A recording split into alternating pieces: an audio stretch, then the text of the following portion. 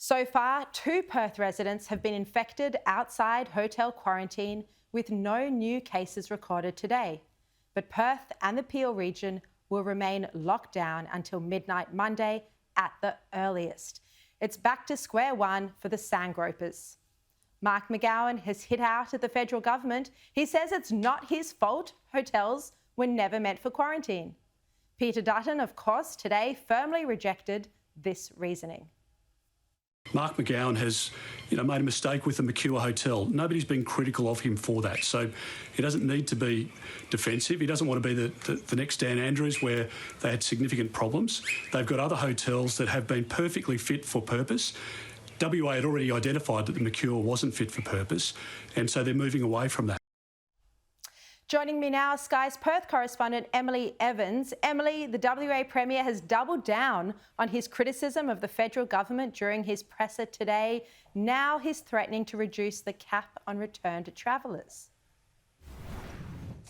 That's right, Sharri. We heard from Mark McGowan today following the revelation that the international arrivals cap coming into WA will be reduced from Thursday. That was given the tick of approval by the Commonwealth. We'll be going down to taking in 512 overseas travellers each week for at least a month until WA can get a grip on this current COVID situation. But we did hear Mark McGowan expressly saying that really the Commonwealth needs to step up and take control, or at least have a say or provide some facilities when it comes to the hotel quarantine scheme, not just here in WA but also around the rest of the country, really. But what he was saying, or at least what he was apparently threatening today, was that with this lowering of the international arrivals cap on Thursday, he's saying that he won't let it increase again unless the Commonwealth steps in. We've obviously heard from Peter Dutton throughout today, and we know that the federal government won't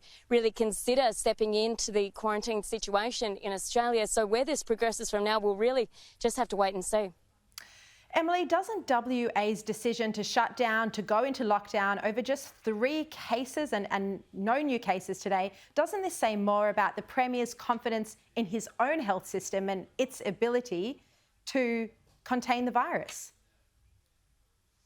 Well, the Premier has always been confident in the way that both WA's contract tracing teams have worked, and also, I guess, how the Health Department has worked in getting out the messaging to people that they need to test and isolate, particularly if they've been to any of those exposure sites. So Mark McGowan does remain confident in the contract tracing system, obviously less so in the hotel quarantine system, which is what sparked this outbreak in the beginning. We know that the first case involved in this outbreak was a man who'd been in hotel quarantine, completed it, had tested negative before flying over to Melbourne, where he then tested positive. And some of the cases, the 2 other cases which have popped up since WA went in, or parts of WA went into lockdown on Friday night, have been close contacts or were in the vicinity of this man. So really, the Premier is confident in himself and remains confident, as does the rest of his team. We've heard Roger Cook, WA's Health Minister, also say he's confident and has applauded the contact tracing team for their efforts over the past few days.